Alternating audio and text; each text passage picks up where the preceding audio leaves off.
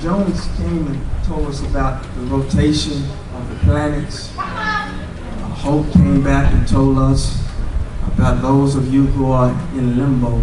And then the praise dancers came and suggested to us that we have to speak. Yes, sir. And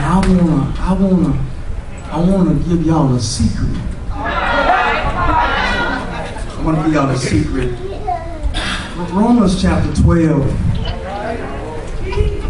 verse 1, Paul says, I beseech you therefore, brethren, by the mercies of God, that you present your bodies a living sacrifice, holy and acceptable unto God, which is your reasonable service. And be not conformed to this world, but be ye transformed by the renewing of your mind, that ye may prove that what is good and acceptable and perfect will of God. Amen. I want to talk from the subject very briefly, the secret to a better you. Secret to a better you. Y'all, I want to suggest to each of you on tonight, as we await the arrival of midnight, which again is the transition period point of each day. I want to suggest to you on tonight that while it is that midnight is the transitional period from day to day, the difference about midnight tonight from previous ones is that at the stroke of midnight, it's going to be a brand new day. It's going to be a brand new year. And prayerfully, through this sagacious suggestion, it's going to be a brand new you. Yes, sir. While it must be understood on tonight that God is going to be sovereign, and I declare He's going to be sovereign. The reality tonight, y'all, is that we must be more serious concerning God.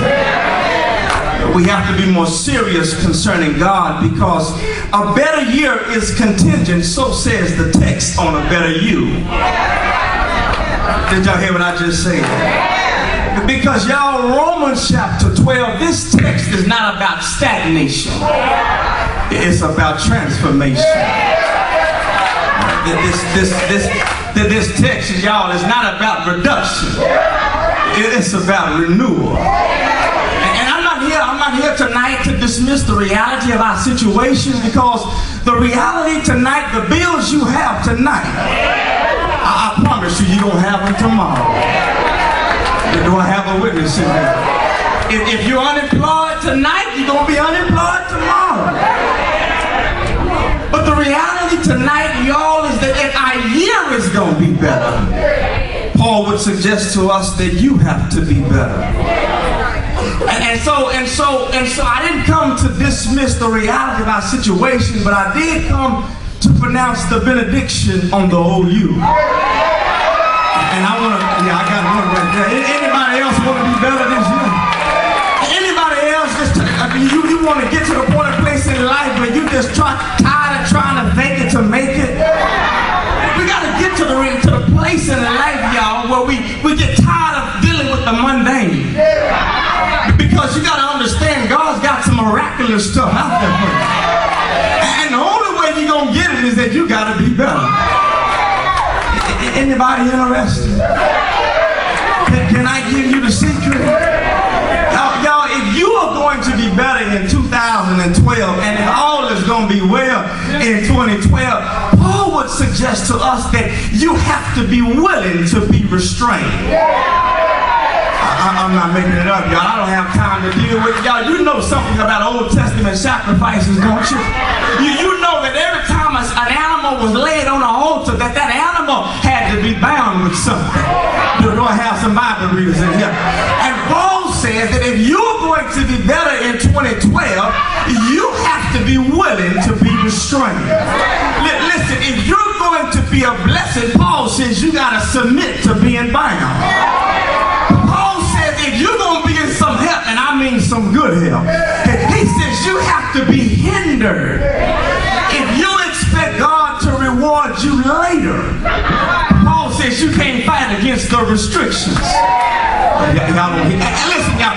Paul says if God is going to show you some attention later, you have to submit to being arrested. He says, brother, I beseech you now, by the mercies of God, that you present your body a living sacrifice, holy and acceptable unto God. See, a better you is contingent upon a better attitude. See, the problem that God has with many of us is not that we're too weak, but we're too strong. And I don't mean strong in the sense of muscles. I'm talking about strong in the sense that we don't want to die to our Savior. Do I have a witness in here? But you got to have a better attitude, because a better attitude gives birth to altitude. And altitude gives birth to aptitude. Let me help you here. Your altitude tells you how high you're going, God. But the aptitude is how much you know about God. And Paul says, based on your knowledge of God's mercies in your life, you ought to be willing to become a living sacrifice. Listen, y'all. You got to be willing to be restrained. But then, secondly, y'all, Paul says you have to rehearse being righteous. You got to rehearse being righteous. Once you're restrained, you got to rehearse being righteous. See, in 2012, we can't just give God our rest. We got to give Him our best. See, we must take our service to God just as serious as we take God. Y'all, righteousness don't fall from trees, y'all. Coming to church ain't gonna make you righteous, y'all. Y'all, you know the Bible. We spell Bible B-I-B-L-E, basic instructions before leaving earth. Y'all, if you're gonna be righteous, Paul says the Bible, you gotta believe in the Bible to be saved. You gotta read it to be wise, and you gotta practice it to be holy. Listen, y'all. Look. You gotta rehearse being righteous, because holiness don't fall from trees, y'all. You gotta be willing to be restrained. You gotta rehearse being righteous. But then now, third and finally, Paul says you gotta remember that you've been redeemed.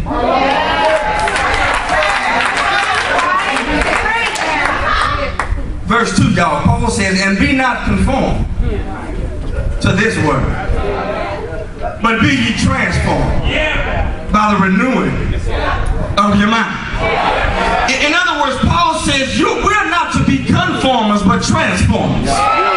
You'll have a witness in him. In other words, what Paul is suggesting to you and I as believers, y'all, we're not tail lights, we headlights.